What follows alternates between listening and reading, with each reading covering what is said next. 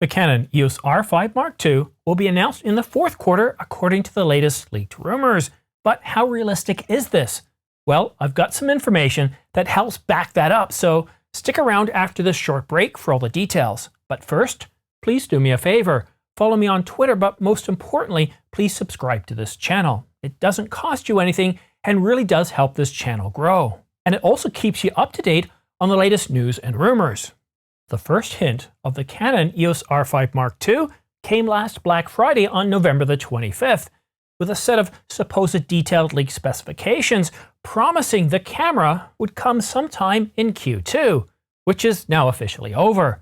Even Canon rumors later said there have been some rumblings about a follow-up to the brilliant Canon EOS R5, and while there are none that we consider super reliable, the chatter continues.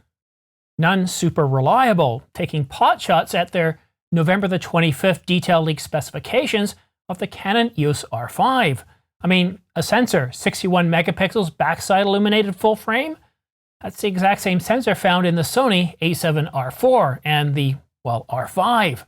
Dual Digic image processors, it's certainly plausible, but would Canon put in the same Digic X image processor and not come out with a Digic 11 for this new R1 and then the R5 Mark II? Well, it's possible, but this is where things start to get a little bit, well, strange and certainly catch some more red flags. 8K 60, and now that the Nikon Z8 is shooting 8K 60, it's certainly plausible, but the one thing that kind of gets me here is that it's going to do 8K over sample 4K, or, well, higher than 8K over sample 4K because you've got a 61 megapixel sensor in 4K at 24, 25, and 30 frames per second, but also 50 and 60, as well as 100 and 120 frames per second.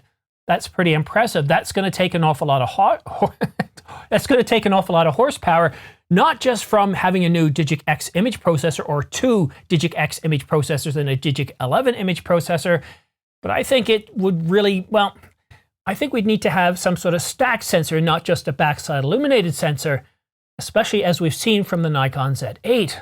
So 8K 60, an 8K oversampled 4K or full sensor readout all the way up to 120 frames per second. Now, the current R5 can only do that up to 30 frames per second.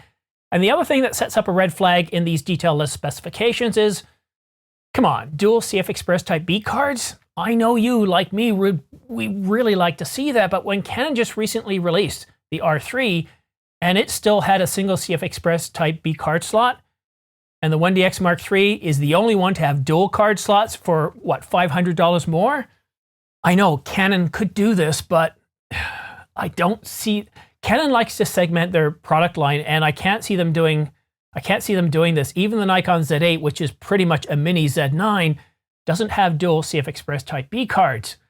I really don't think Canon would do that. I would like it. I mean, I would absolutely love it, but I don't really see it happening. And this is what I find rather interesting. Claims of a new overheat protection, the same sort of overheat protection found in the EOS R6 Mark II, giving it at least 40 minutes in 8K. As for somebody who has the Canon EOS R5 with firmware 1.8.1, this seems like a few steps backwards. You see, when Canon released firmware 1.6, we were able to now shoot in 8K at 24, 25, and 30 frames per second raw, at 70 degrees Fahrenheit, 80 degrees Fahrenheit, and the Def Director was able to test this down in Texas heat at 96 degrees, or around 36, 37 degrees Celsius. And that's pretty bold. So to be able to shoot, and this is what both me and the Def Director were able to detect here, is that you could shoot unlimited in 8K RAW, 8K All-I, or even 4K HQ, which is their 8K oversampled 4K mode. So I find it a little bit strange that the overheat protection in the R5 Mark II, while improved, provides results that aren't nearly as good. Seems a little bit strange. But going back to when this was supposed to come out, this was supposed to come out in Q2. And then a little bit later on, Canon rumors came out with a post saying that according to a Canon executive, Canon wasn't even working on a follow-up to the EOS R5, which is even on the surface silly. Because of course they are, and they've been doing it for some times. What I do have validates a time frame of Q4 and completely goes against what an executive at Canon had said regarding that they're not even working on the Canon EOS R5, because for it to be in the hands of testers which is what my sources tell me, that he's got hands-on with this camera, and that he's a, well, let's just say content creator, videographer, or photographer. I don't want to give you too much information because we don't want to get our sources in trouble. But that this person has hands-on testing with the camera tells us that Q4 is most likely very reliable. But what I would like to get is I'd like to get some more information. I would like to get validation, and what I'm really hoping this video will do is not just kind of give you a time frame to validate that Q4 time frame that I told you about months ago, but also to help shake that rumor tree that we might get some more information in the coming days and weeks, especially after we get past the July 4th weekend, and that maybe we might even see something from Canon Rumors because they're very good at sussing information out. And this happened last year with the R6 Mark II. I put out some videos and that helped shake the rumor tree, and before you know it, we had a full set of leaked specifications, and the only thing that we got wrong was it having a stacked sensor. Now the Canon EOS R5 Mark II, what do you think of the odds of this camera costing in around $4,000 and having a stacked sensor?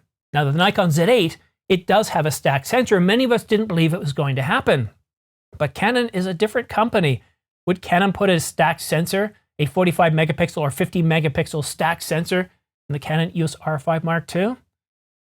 That'd be nice. I certainly would like that, because what a stacked sensor does is the backside illuminated piece helps with low light performance and dynamic range, but that stacked piece, well, that's what it allows it to process a whole lot more information, a whole lot more quicker.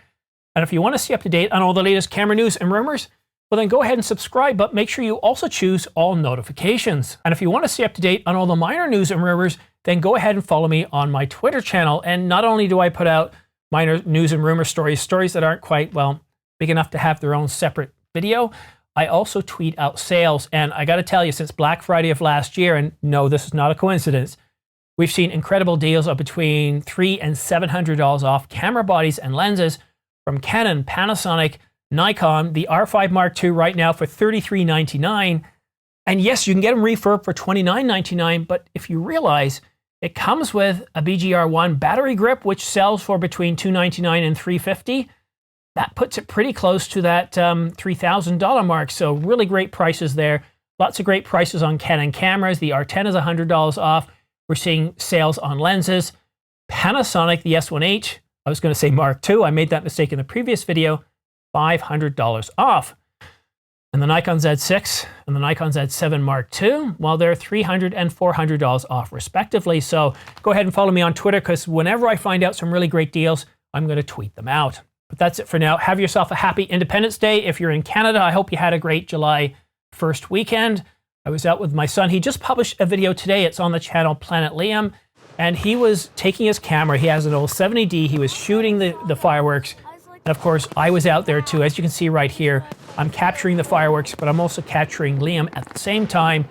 And I don't know, I think this turned out really, really well. I just absolutely love fireworks, and getting the settings for fireworks is one of those things that takes a bit of time to dial in. And the unfortunate thing is it only happens once or twice a year. And this is great because it's just 5 or 10 minute walk from my house. And if you're curious to know what my settings are on the Canon EOS R5, well, I am shooting 4K HQ at 30 frames per second. My shutter, well, believe it or not, it's around 360. Why 360? Well, what happens is when you're shooting fireworks, if you don't increase the shutter speed, well, then what tends to happen is you get that flashing effect. So you raise your shutter to 360. The ISO is somewhere around 640. And of course, the f-stop, you want that wide open as fast as you can. And I'm shooting with the Canon R50. I was going to say a camera here, Canon R50 f1.2, so I'm shooting at f1.2. But I'm pretty happy with the results. Anyhow, I hope you have yourself a great long weekend, and if you're in Europe or Asia, just have a great week. I'm really curious to see what comes out over the next couple of months. I do expect July to be somewhat slow, but we are getting ready for a bunch of Sony announcements.